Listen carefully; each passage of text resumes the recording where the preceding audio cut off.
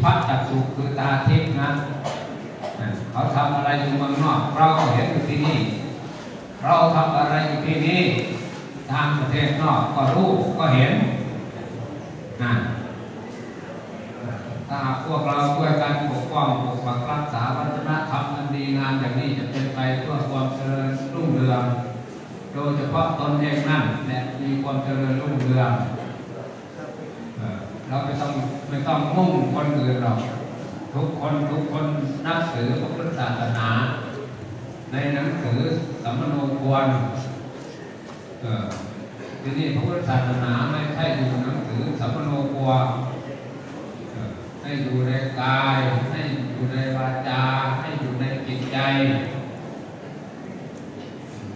นี่แหละกายของเราวาจาของเราจิตใจของเราเวลาเราเสียชีวิตแล้วคนอื่นมาเสียชีวิตแทนกันไม่ได้ทำคุณงามความดีคนอื่นแทนทำแทนกันไม่ได้ทำความชั่วคนอื่นทำแทนกันก็ไม่ได้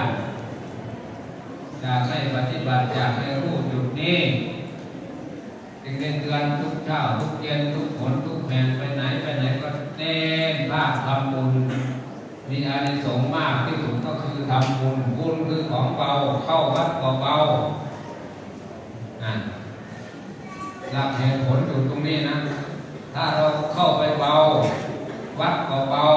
พระเจ้าพระสงฆ์อยู่ในวัดก็เบา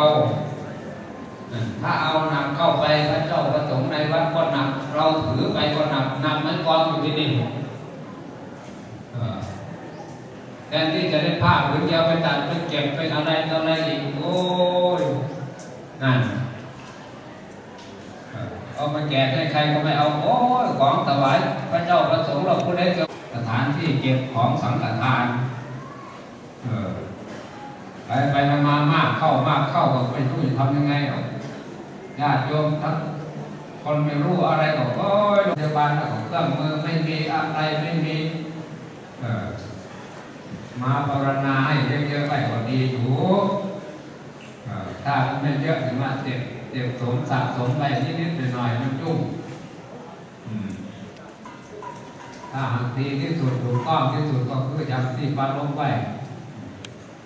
ถ้าไม่เดียวพอตายแล้วพอดีแล้วของบริวารนั้นเท่าไหร่ไม่เป็นไรโดยเฉพาะของที่เบาที่สุดนี่ถ้าทำเป็นนะถ้าทำไม่เป็นก็หนักเหมือนกันจะดูปัจจัยที่บอกว่าใบภาวนามีคุณค่าไม่ให้พระเจ้าประสงค์ไปยุ่งตัดปัญหาออกจากพระสงฆ์ไม่พระสงฆ์ได้ปฏิบัติธรรมนั่งสมาธิเจริญเมตตาภาวนาแค่นั้นเรื่องอื่นเป็นหน้าที่ของญาติของโยมไปประจักษ์กรคือญาติโยมผู้ดูแลของด้วยพระเจ้าพระสงฆ์จะทำอะไรก็แล้วแต่วิทยากรเขาประชุมกันเถอะเขาจะทำอะไรก็แล้วมีแก่พวกข้าพเจ้าการนานเกินองค์หมอพระว่าพระองค์กมาวิทยาจิเมกมิตาบาเปจะปมัตติตวาปัสสะโสนปมัตติโสมังโลกังปปาเทติอปามุตโตวจันติมาจัตตปปังกตังกามังกุสเลนปะยะติโสมังโลกังปปาเทติอปามุตโตวจันติมาอาภิวาทนาสิริสนิจังมุตตาจายุโยจัตตารโอธัมมาวัฏันติอายุวันโนสุขัง